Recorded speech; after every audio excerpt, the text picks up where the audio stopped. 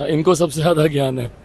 हाँ, जो प्रधानमंत्री 3 बार गुजरात के मुख्यमंत्री रह चुके हों, जिस संविधान के आधार पर वो तीसरी बार देश के प्रधानमंत्री बनने जा रहे हों, उनको संविधान का उनको ज्ञान नहीं होगा और इनको ज्ञान होगा। मैं पर्सनल नहीं जाना चाहता, मैं नहीं जाना चाहता कि कौन कितना जानकार है, कितना किसको क्या ज्ञान है, बिना उसमें गए हुए।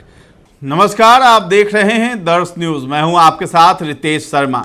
देखिए, बिहार में नेता प्रतिपक्ष तेजस्वी यादव और एक तरफ चिराग पासवान, ये दोनों युवा नेता हैं और इन दोनों की भिड़ंत इस लोकसभा चुनाव में देखी जा रही है। एक तरफ तेजस्वी यादव पीएम मोदी पर हमला बोलते हुए नजर आते हैं, तो दूसरी तरफ पीएम मोदी के हनुमान बनकर चिराग पासवान मोदी का बचाव करते हैं और तेजस्वी यादव पर हमलावर रहते हैं। इस बार भी पटना एयरपोर्ट पर जब मीडिया ने तेजस्वी यादव के बयानों को लेकर के चिराग पासवान से सवाल किया, तो उन्होंने कहा है कि जो तेजस्वी यादव ने बयान दिया था कि प्रधानमंत्री को संविधान की जानकारी नहीं है, इस पर निशाना साधते हुए चिराग ने कहा है कि जो व्यक्ति 10 साल तक पीएम रहा और 3 बार सीएम रहा प्रदेश का, उसके बारे में ये लोग इस तरह की बातें बोलते हैं। इनका क्या उनसे अधिक संविधान का ज्ञान है?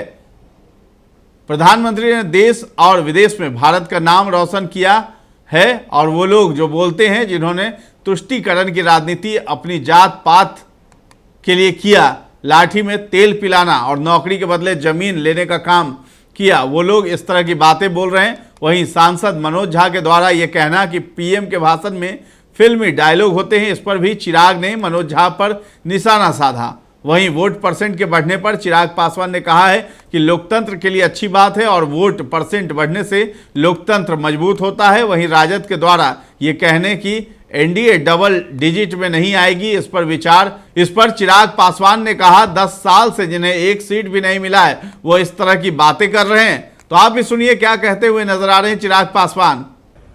इनको सबसे ज्यादा ज्ञान है।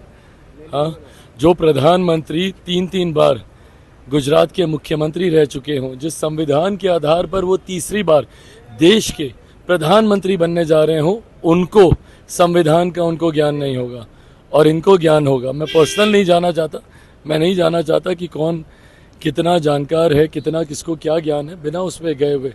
पर जिस व्यक्ति ने देश में पिछले 25 साल से प्रदेश से लेके देश की राजनीति में जिनका एक महत्वपूर्ण योगदान रहा, जिनकी वजह से आज देश ही नहीं दुनिया में भारत का डंका बजता, जिनकी वजह से एक बड़ी आबादी आज गरीबी रेखा से बाहर निकली और जिन्होंने सर्वप्रथम सबसे ज़्यादा सर्वोपरि अगर किसी को माना तो संविधान को माना, संविधान के सामने शीश झुकाकर इस बात का विश्वास देश की जनता को दिलाया कि देश चलेगा तो संविधान के आधार पर चलेगा, उनको संविधान का ज्ञान नहीं।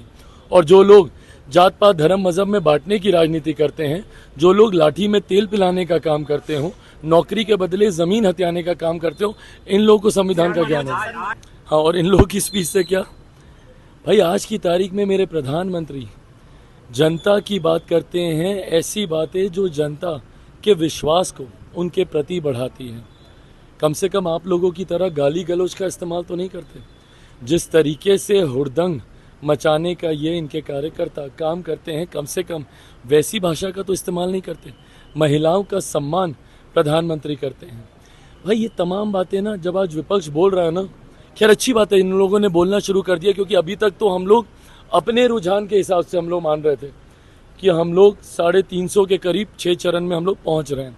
बट हाँ, आज जब इन लोगों ने बोलना शुरू कर दिया तो हम लोग समझ गए कि हम लोग मजबूती से सरकार बना रहे हैं। विपक्ष ने आज आरोप प्रत्यारोप लगाने शुरू किए। इसके बाद धीरे धीरे अब ये लोग जाएंगे कि भाई हेरा फेरी हुई है, धांधली हुई है, वोटिंग में गड़बड़ी हुई है।